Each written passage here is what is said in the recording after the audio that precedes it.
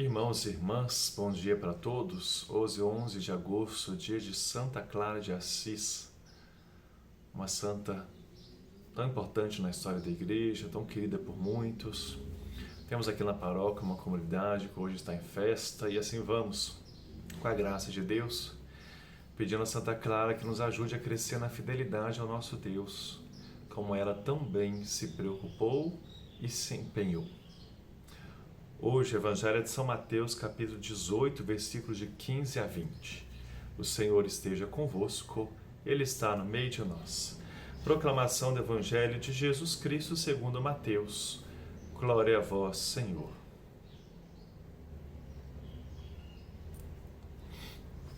Se teu irmão pecar contra ti, vai corrigi-lo, tu e ele a sós.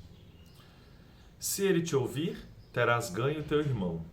Se ele não te ouvir, toma contigo mais uma ou duas pessoas, de modo que toda questão seja decidida sob a palavra de 2 ou 3 testemunhas. Se ele não vos der ouvido, dizei-o à igreja. Se nem mesmo a igreja lhe ouvir, seja tratado como se fosse um pagão ou um publicano. Em verdade, eu vos digo, tudo que ligardes na terra será ligado no céu, e tudo que desligardes na terra será desligado no céu. Eu vos digo mais isto: se 2 de vós estiverem de acordo na terra sobre qualquer coisa que quiserem pedir, meu Pai que está nos céus o concederá. Pois onde 2 ou 3 estiverem reunidos em meu nome, eu estou ali no meio deles. Palavra da salvação. Glória a vós, Senhor. Então, irmãos e irmãs, estamos no capítulo 18 de São Mateus, que é chamado, o conjunto do sermão da comunidade, ou seja, os grandes ensinamentos que Jesus dá para a vida da comunidade acontecer, para a comunidade saber como agir de acordo com a vontade de Deus.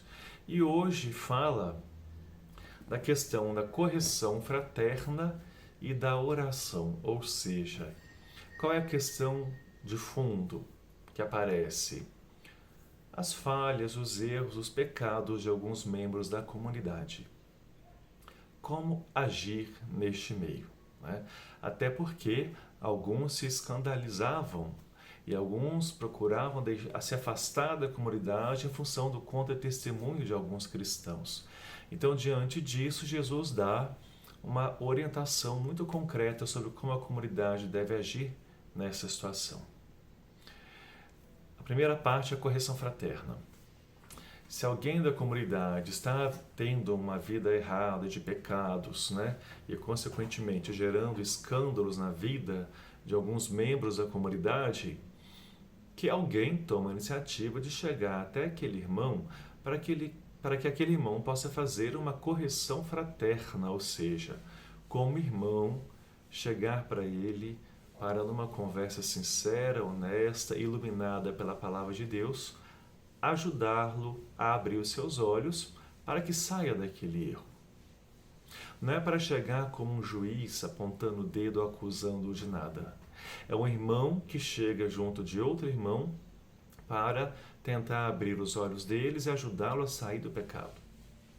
Se o irmão corrigido ignorar isso e continuar agindo da mesma forma, então que 2 ou 3 pessoas da comunidade vão juntas conversar com este mesmo irmão no mesmo espírito, sempre para tentar resgatar aquela pessoa do pecado. Se esse irmão ignorar essa correção, então que este pecado seja levado, essa situação seja levada para toda a comunidade, de forma que toda a comunidade possa decidir o que fazer. Se esse irmão continuar recusando a ajuda até da comunidade, então, como Jesus diz, que ele seja tratado como um publicano, por exemplo, ou seja, que a comunidade então passe a tratá-lo como uma pessoa que não pertença mais àquela comunidade.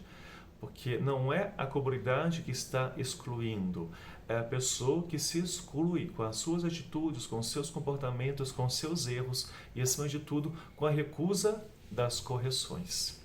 Então a comunidade vai tratá-lo como ele se mostra ser, como uma pessoa não mais sendo membro daquela igreja. Então a gente percebe na fala de Jesus que como que a igreja deve ter todo esse cuidado de tentar resgatar as pessoas, não deixar que alguém da comunidade se perca, né? Que a caridade seja maior do que tudo para ajudar aquela pessoa que está passando dificuldade. E se depois de tantas tentativas forem feitas e a pessoa continuar recusando, aí sim a comunidade não tem muito o que fazer. Mas Jesus dá sim, como nosso Deus nunca desiste de nós, Jesus nos dá mais uma luz, quando ele fala da oração. Tá? Quando a comunidade entra em oração, quando a comunidade pede ao Pai, o Pai ouve a sua comunidade, o Pai ouve a sua igreja, o Pai ouve os seus filhos e filhas. E Jesus deixa claro ainda da sua presença na vida da comunidade quando ela está unida em oração. O que a gente pode perceber então quando a igreja reza? Jesus está junto conosco rezando ao Pai. Olha que maravilha! Olha que bonito, né? A prática da oração em comunidade. Como é importante, irmãos e irmãs, nos nossos desânimos, nos nossos cansaços, nas nossas faltas de vontade, nas nossas tristezas, nos problemas que a gente esteja passando, que a gente não se afaste da vida da comunidade, que é a comunidade que reza unida. E Jesus está lá rezando por você também quando a gente se une. E retomando a dinâmica desse evangelho de hoje, quando a comunidade reza, melhor, no contexto, Jesus coloca, né, a importância da oração em comunidade no contexto da correção fraterna. Não esqueçamos, o conjunto, o capítulo 18, é o sermão da comunidade. Então Jesus está nos orientando que quando, nas várias iniciativas dos membros da comunidade, algum irmão que erra recusa todas essas possibilidades, então que a comunidade passe a tratar essa pessoa como um publicano, como, né, um fariseu, um pecador que seja, porque a pessoa já está tendo atitudes que não condiz com a vida da comunidade. Mas é para a comunidade existir dessa pessoa? Não. É para fazer o quê? Rezar. Aí a comunidade reza. Aí a comunidade entra em oração. E aí a certeza de que Jesus está rezando conosco pelo resgate daquela pessoa. Que seja assim entre nós, irmãos e irmãs, diante de tantas dificuldades que passamos no mundo, diante de tantas pessoas fazendo coisas erradas como a gente vê, rezemos. Vamos colocar a igreja em oração por essas pessoas, porque Jesus está rezando conosco, por quem oferecemos a oração.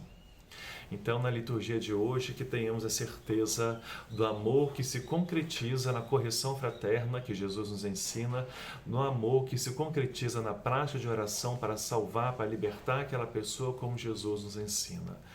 A nossa lei é a lei do amor, então que possamos concretizá-la sempre buscando o bem de todos.